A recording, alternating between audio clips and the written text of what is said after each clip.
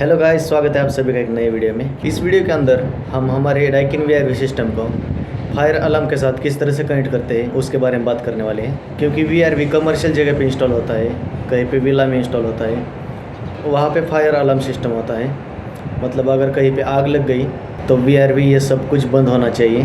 तो उसके लिए हमें कुछ अलग से वायरिंग करनी पड़ती है। तो ये वायरिंग करना बहुत आसान है, तो उसके ही बारे में हम इस वीडियो में बात करने वाले हैं।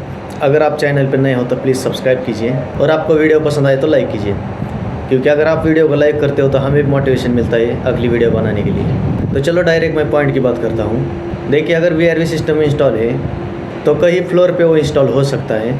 मतलब ग्राउंड फ्लोर में कुछ इंडोर, फर्स्ट फ्लोर में कुछ इंडोर और सेकंड फ्लोर में कुछ इंडोर। अगर हमें पूरे वीआरवी सिस्टम को एक साथ ब्रेक डाउन करना है तो हमें सेंट्रलाइज में वायरिंग लगानी पड़ेगी। मतलब उसमें सेंट्रलाइज ज़रूरी है। हम जो फायर अलार्म वाले का वायर है वो हमारे सेंट्रलाइज के अंदर लगा देंगे।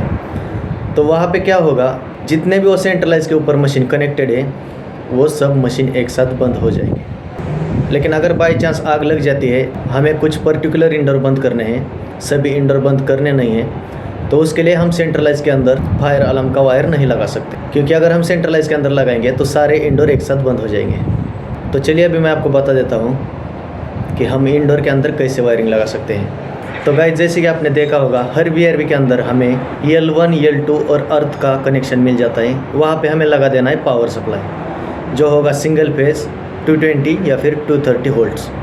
उसके बाद जो P1 P2 का टर्मिनल है उसके अंदर लगा देना है हमें रिमोट कंट्रोलर की वायर। अगर हमारे पास वायर वाला रिमोट है तो उसके अंदर हम वायर लगाएंगे। लेकिन अगर हमारे पास वायरलेस रिमोट कंट्रोलर है तो हमें वो वायर लगाने की ज़रूरत बिल्कुल भी नहीं है। उसके बाद आता है F1, F2। उसके अंदर हम लगाएंगे transmission wire. Indoor to indoor looping होने वाला वायर हम F1, F2 के अंदर लगा देंगे। और जैसे कि आपने देखा होगा, लास्ट में एक टर्मिनल मिल जाता है जहाँ पे लिखा है T1, T2 और उसके ऊपर लिखा है फोर्स ऑन ऑफ। तो वही टर्मिनल को हम यूज़ करते हैं फायर अलार्म के लिए। अगर T1, T2 टर्मिनल के अंदर हम एक लूप डाल देते हैं तो इंडोर बंद हो जाता है। तो फायर अलार्म का वायर हमें उसके अंदर लगाना है। लेकिन वायर लगाने के टाइम ध्यान रखिए कि उसके अंदर बिल्कुल भी वोल्टेज नहीं होनी चाहिए। वो सिर्फ ड्राई कॉन्टैक्ट है। कंटिन्यूटी आएगी और कंटिन्यूटी जाएगी, NO, NC। मतलब नॉर्मली ओपन, नॉर्मली क्लोज उसका काम है। अगर उसके अंदर वोल्टेज आएगा तो मशीन का PCB चेंज ही करना पड़ेगा। तो आप जितने भी इंडोर को T1, T2 का कनेक्शन देंगे उतने इंडोर एक क्लिक में बंद हो सकते हैं। T1, T2 का कॉन्टैक्ट अगर ओपन रहेगा तो इंडोर चलेगा। लेकिन अगर T1, T2 के अंदर आपने लूप डाल दिया या फिर उसका कॉन्टैक्ट क्लोज कर दिया तो इंडोर बंद हो जाएगा। उसके अंदर हम एक सेटिंग कर सकते हैं। अगर हमने T1, T2 के कॉन्टैक्ट को शॉर्ट कर दिया तो इंडोर बंद हो जाएगा, और अगर हमने उसका कॉन्टैक्ट रिलीज़ कर दिया तो फिर से इंडोर चालू हो जाएगा। ये सिस्टम आपने होटल के अंदर बहुत बार देखा रहेगा। जब भी हम चाबी का कार्ड रूम के अंदर लगा देते हैं उस टाइम AC ऑटोमेटिकली ऑन हो जाता है और लाइट भी ऑन हो जाती है। लेकिन जैसे हम कार्ड को निकाल देते हैं तो पूरी लाइट और AC बंद हो जाता है। तो उसका कनेक्शन भी T1, T2 के अंदर से दिया हुआ रहता है। इस वजह से ये पॉसिबल होता है।